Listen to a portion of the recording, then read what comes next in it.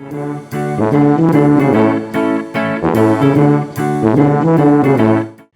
amigos y amigas, mi nombre es Bruno Segura y bienvenidos una vez más a un nuevo capítulo de Ágora Espiralidoso. El día de hoy vamos a tener unas clases de pintura. Espero hayan traído sus materiales, sus pinceles, el botecito con agua, las acuarelas y su lienzo. Así que comencemos. Iniciamos aquí poniendo un espiral que llegue aquí y después ponemos aquí una figurita, los bigotes, las antenitas y los ojitos.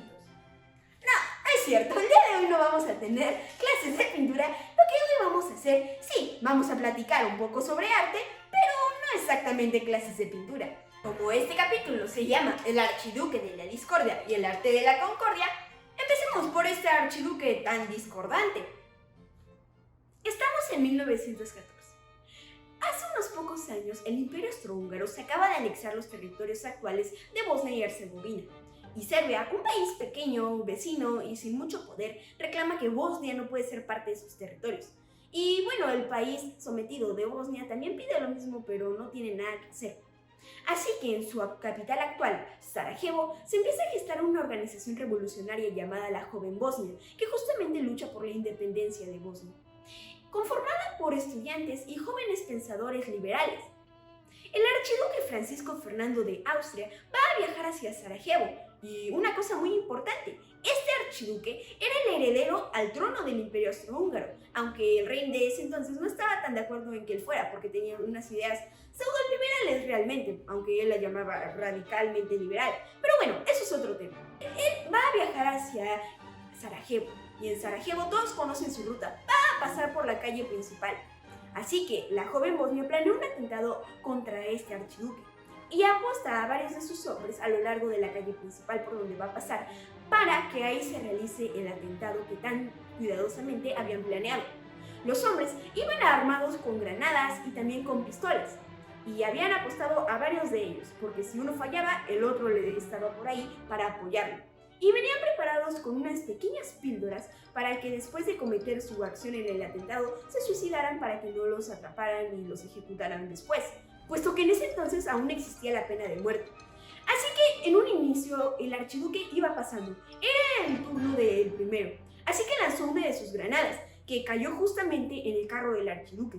Y si el archiduque no hubiera agarrado la bomba y echado para atrás, hubiera explotado dentro del carro, pero la aventó hacia atrás, generando que algunas de las personas que venían atrás de su carro resultaran heridas. Así que después de esto se dirigió hacia el ayuntamiento para exigir seguridad para él mismo. Y después de esto exigió a su cochero ir a ver a los heridos. Así que en el camino para ir a ver a los heridos, resulta que había otro de los miembros de la Joven Bosnia. Se trataba de Gavrilo Princip, un menor de edad de 19 años que tenía un revólver en la mano. Así que estaba en una calle de las que cruzaban con la calle principal y justo por ahí iba pasando el cochero por error. Así que cuando venía en reversa para de nuevo unirse a la calle principal, Gavrilo Princip aprovechó su ocasión y disparó 2 veces, una que le dio al archiduque y la otra que le dio a su esposa, Sofía. ¿Y qué le habrá pasado al archiduque? Pero a ver, para que logremos comprender todo lo que estaba sucediendo en ese momento en Sarajevo, creo que es necesario saber lo que estaba sucediendo en general en nivel continente. ¿Qué estaba sucediendo en Europa en esos momentos? Veamos el ambiente y el contexto histórico en general en toda Europa. Acababa de pasar la Revolución Industrial. El nuevo auge de las tecnologías lo habían aprovechado algunas naciones y otras se habían quedado un poco rezagadas, creando una distinción económica muy grande. De las potencias mundiales que se vieron beneficiadas por la Revolución Industrial estaba el Reino Unido. En la parte euroasiática también estaba el Imperio Ruso, aunque había algunas naciones emergentes que recientemente habían empezado a aprovecharlas, como el Imperio Alemán. El Imperio Alemán, debido a la fuerte competencia que se generaba por el comercio, empezó a temer invasiones del Imperio Ruso y también del Reino Unido. Así que creó la Triple Alianza, en la que participaba el Imperio Alemán, el Reino de Italia y también el Imperio Austrohúngaro y el Reino Unido. junto con el Imperio Ruso, crearon la Triple Entente. Entente, una palabra sinónimo de entendimiento, en la que no solo participaban ellos, sino que también estaba la República Francesa. Y es así como Europa se divide en dos, en un ambiente de falsa tranquilidad, de falsa paz. Y es ahí donde asesinan al archiduque. Regresemos a Sarajevo, donde el archiduque y su esposa habían recibido un balazo cada uno. La esposa murió al poco tiempo y el archiduque lo trataron de atender. Pero algo jugó una vital, literal importancia dentro de la vida del archiduque. Una costumbre que probablemente no hubiera pasado a la historia por esta gran importancia que tuvo y decisiva en general en la historia del planeta, que era que el archiduque tenía una costumbre de mandar a coser sus trajes y que se los cosieran en cada parada del carruaje. Por ejemplo, que la solapa se la cosieran para que no ondeara tanto, la capa, el sombrero, todo lo traía impecablemente cosido. Yo diría que extremadamente cosido, rayando un poco en la pequeña locura. Y a la hora de tratar de abrirle la ropa, de quitársela, para poder tratar mejor la hemorragia que estaba generándose debido al balazo, no pudieron. Era prácticamente imposible descoser toda la ropa para lograr quitársela. Y es por eso que únicamente pudieron ponerle un pequeño pañito para que se detuviera la hemorragia. Pero bueno, un paño no hizo mucha diferencia. Y es así como después de algunos minutos el archiduque fallece. El archiduque heredero al trono cae dentro del atentado organizado por la pequeña Bosnia. Pero ahora, ¿qué sucedió con el asesino? Resulta que Gavrilo Princip se había tratado de comer su pastilla con la cual se podría suicidar, pero de una forma misteriosa no funcionó. No sabemos si es que no tenía la cantidad necesaria, si es que se equivocó o qué sucedió, pero la cosa es que lo logran arrestar. A Gavrilo Princip, con 19 años, lo enjuician y lo encarcelan y le dan la mayor pena para un menor de edad, que se trata de 20 años de prisión. Tenía 19 años, iba a salir de la cárcel de 39 años. Pero, bueno, no le dieron la pena que le dieron a uno de sus compañeros. La pena de muerte, pues, en ese entonces todavía existía. Gavrilo Princip pasa sus siguientes 4 años en prisión, hasta que muere por tuberculosis debido a las malas condiciones de estas. Entonces, bueno, ahí acabó Gavrilo. Pero, ¿qué sucedió después de la muerte del archiduque? La crisis que se viene después del archiduque, porque era el archiduque heredero al trono del Imperio Austrohúngaro, genera la crisis llamada como la crisis de junio, puesto que fue iniciada en esta época, o también como la crisis de Sarajevo, que se refiere a una crisis diplomática en la que no se puede dialogar de alguna forma. Y es por eso que dura desde el día del asesinato del archiduque, que es el 28 de junio, hasta que el 6 de agosto de 1914 se decide que esto no se puede llevar a cabo ni mediar a través de las palabras, sino que estalla la guerra. Una gran guerra que sería considerada como la guerra de todas las guerras, también nombrada como la guerra que acabaría con todas las guerras, pero que no fue así. Y es así como el asesinato del archiduque crea la discordia, que se traduce en la Primera Guerra Mundial.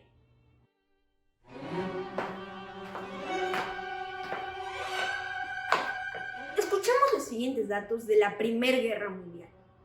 La Primera Guerra Mundial fue la guerra más mortífera y sangrienta hasta el momento que fue llevada a cabo, con 17 millones de muertos y 21 millones de heridos. Fue una guerra en la que murieron más soldados a causa de las insalubres condiciones de las trincheras en las que se llevó a cabo esta guerra que en combate. Pero ¿cómo es que llega esta guerra a ser una guerra de trincheras? Resulta que la primera acción de Alemania en esta guerra fue mover tropas y tratar de invadir Francia por parte de Bélgica, que era al norte de Francia. Y entonces ahí los franceses cavaron trincheras donde se atrincheraron, como bien dice la palabra, y ahí es donde se convierte en una guerra en la que se dieron un gran festín, enfermedades como la tuberculosis que cobraron muchísimas vidas, aún más de las que se cobraron en batalla. Y eso que también fueron muchas más, porque se habían innovado tecnológicamente tanques de guerra, aviones, Se había hecho un avance, sí, en la tecnología y el comercio, pero de igual manera también en las armas y por tanto también en la guerra. Así que esta guerra dejó muchísimos muertos, muchísimos soldados extraídos de las distintas ciudades, de los distintos pueblos que fueron a morir a esta guerra. Y esta guerra en total duró 4 largos años de combate y sobre todo muertes. ¿Se imaginan haber vivido en esa época? Fue la crisis económica más grande que ha vivido la humanidad. Esta crisis, desencadenada por la Primera Guerra Mundial, un ambiente de destrucción, ciudades caídas, soldados caídos, familias que fueron separadas por la guerra, ya fuera porque se tuvo que dividir un territorio o porque uno de sus miembros tuvo que irse a la guerra e inevitablemente falleció. Esa sensación de los árboles caídos después de una gran tormenta que asoló toda Europa, y no solo Europa, sino Asia, incluso América. Una sensación, una vida, un entorno gris, una gran sombra que se proyectaba sobre todas esas personas, de los escombros, de todo ese como auge que hubo antes, de esa época de colores que llega, la crisis, la tormenta, que se lleva todo, el incendio que cubre de hollín absolutamente todo. Esas tonalidades únicamente monótonas que tienen una pequeña variedad de tonos, la vida se vuelve plana. ¿Se imaginan haber vivido de esa forma? Con todavía la memoria de todas las personas muertas, como si apenas fuera ayer. La escasez de comida, ni siquiera personas, amigos que te puedan consolar porque incluso ellos puede que hayan muerto. El gran ambiente de desolación que había, tan monótono, tan gris, y que justamente ahí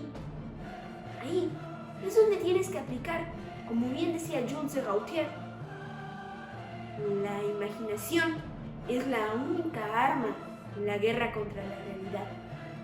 Y es en ese entorno gris en el que empieza a ver apenas unos tonos de colores. Y es aquí donde surge el surrealismo. El surrealismo inicia como un término acuñado como lo contrario a la realidad en 1917 en Francia, pero no se vuelve una corriente artística hasta que en 1924 André Breton, un poeta francés, lo retoma. Pero primero veamos qué es el surrealismo.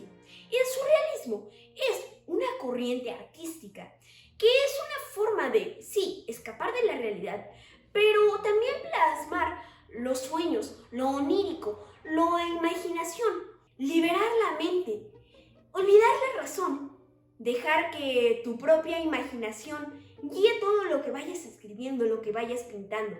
Una forma de escapar también de un poco del entorno caótico, que es donde se caracteriza que surgen los pintores surrealistas, los artistas surrealistas.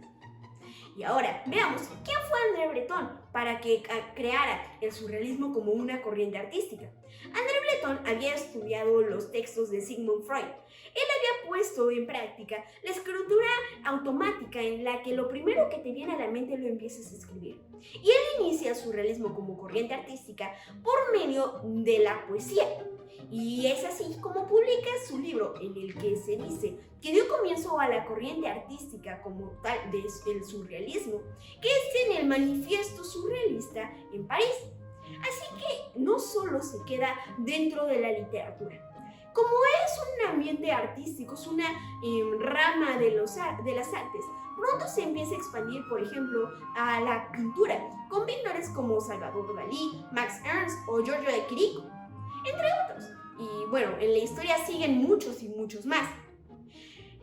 Afortunadamente en nuestro país, México, contamos con un gran acervo de pinturas surrealistas. Pero ¿por qué es esto? Tendremos que regresar un poco. Después de la Primera Guerra Mundial empieza esta crisis que les comenté y después estalla la Segunda Guerra Mundial. Al paralelo que dentro de España inicia problemas políticos que desencadenan la Guerra Civil Española, además de una gran desestabilidad en general en todo el mundo. Así que por ejemplo, hay pintores como Remedios Varo, nacidos en España, que a la hora de ver la Guerra Civil Española, en el caso de Remedios Varo y su esposo Benjamín Peret, empiezan a hacer crítica social contra los fascistas y tienen que salir huyendo de España para refugiarse en Francia. Y en Francia, bueno, tienen que de nuevo salir huyendo por la invasión nazi. Y es así como llegan a México Benjamín Peret y Remedios Varo, aunque Peret después se regresa a Francia, pero Remedios se queda en México por el resto de su vida, excepto por unos cuantos meses o años que se fue a Venezuela por cuestiones de trabajo. Por otro lado está también la historia de Leonora Carrington, una pintora surrealista que nació en Inglaterra, que por razones políticas tuvo que hacer un gran recorrido huyendo de distintas situaciones. Visitan ciudades como Nueva York en los Estados Unidos, también visitó Francia, España, hasta que llega a México y aquí también echa raíces. Y es así también como se conoce con una de sus mejores amigas, Remedios Varo. Y ellas también conocen a otra fotógrafa surrealista llamada Katy Orman. Y así como ellas también llegan cineastas surrealistas como Luis Buñuel, y es aquí como llegan así también muchos refugiados políticos. Pero ¿cómo es que llegan tantísimos y específicamente a México? Resulta que en ese entonces el presidente era Lázaro Cárdenas y tenía una de sus principales políticas que era el dar asilo político a los distintos artistas, pensadores y en general para dar un florecimiento cultural en México que quisieran refugiarse aquí en México. Y es así como llegan también todos estos, pero no solo artistas y pensadores, sino que también daba refugio a políticos, como fue el caso de León Trotsky, el excomandante bolchevique de la Revolución Rusa en el Golpe de Octubre, que estuvo junto con Stalin y Lenin a la cabeza de esta revolución. Pero ¿otra vez yo? sí, bueno, es que la verdad no sé si es que vives en mi mente, pero yo creo que te voy a tener que dedicar un capítulo entero porque muchas veces he salido a colación en capítulos anteriores. Sí, creo que vives en mi mente. Pero bueno, regresemos al tema principal. Así como León Trotsky y los pintores surrealistas, aquí en México también se estaba dando un florecimiento cultural, con muralistas como David Alfaro Siqueiros, también Diego Rivera, Frida Kahlo, y también con los refugiados políticos, ¿no? Bueno, también en el ámbito de la escritura estaba Octavio Paz, en fin, estaba Trotsky, pintores. Y en parte de este intercambio está también, por ejemplo, Leonora Carrington y Remedios Varo, que eran parte del mismo surrealismo. Pero también ellos conocían a Frida Kahlo, por ejemplo, quien también en su cuadro La columna rota es una forma de expresión surrealista. Y también menciono a Trotsky dentro de este entorno cultural, porque incluso Diego Rivera fue al edificio Rockefeller cuando le pidieron que pintara un mural y en una parte de ellas dibujó a Lenin, ¿no? Entonces se generó ahí un florecimiento, un intercambio cultural, artístico, y también el surrealismo también se convirtió no solo en una corriente artística, sino también en una forma de vida, también en un intercambio entre todos en el que no solo eras surrealista, sino también eras pintor, ¿no? Incluso en general, ¿no? Vaya, podía ser de cualquier arte, pero a la vez también tener un toque surrealista, ¿no? Como también fue el caso de Rufino Tamayo, entre otros pintores mexicanos.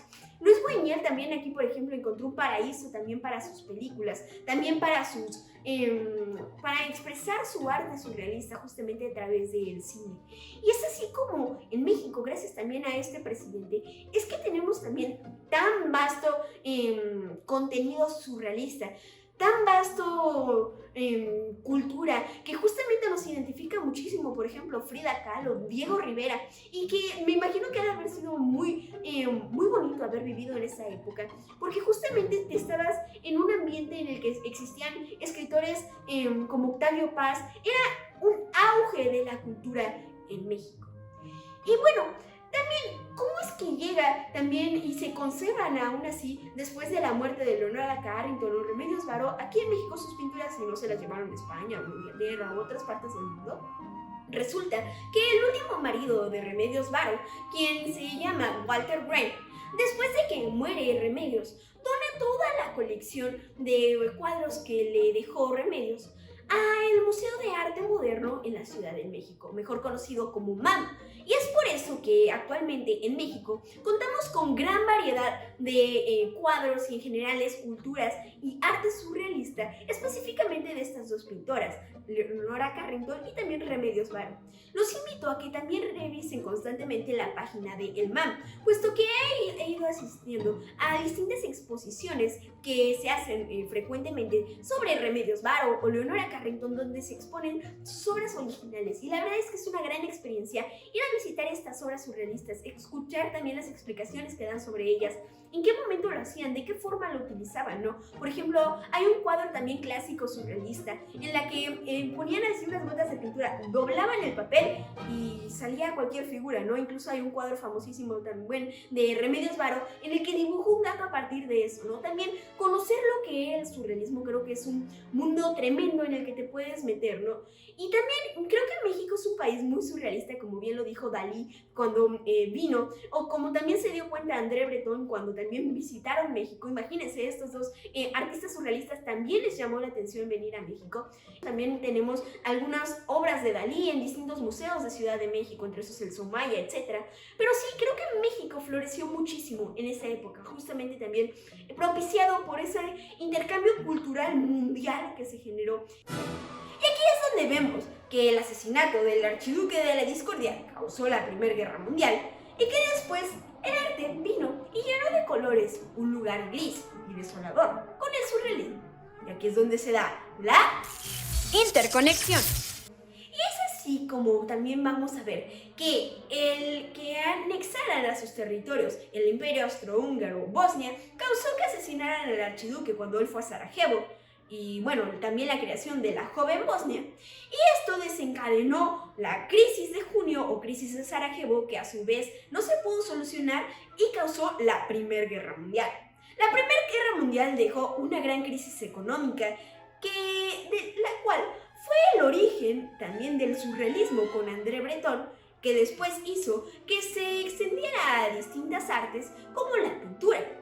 Y es así como también llegan algunas personas a nuestro país, México. Y es así como también se genera un intercambio cultural y florecimiento dentro de nuestro país.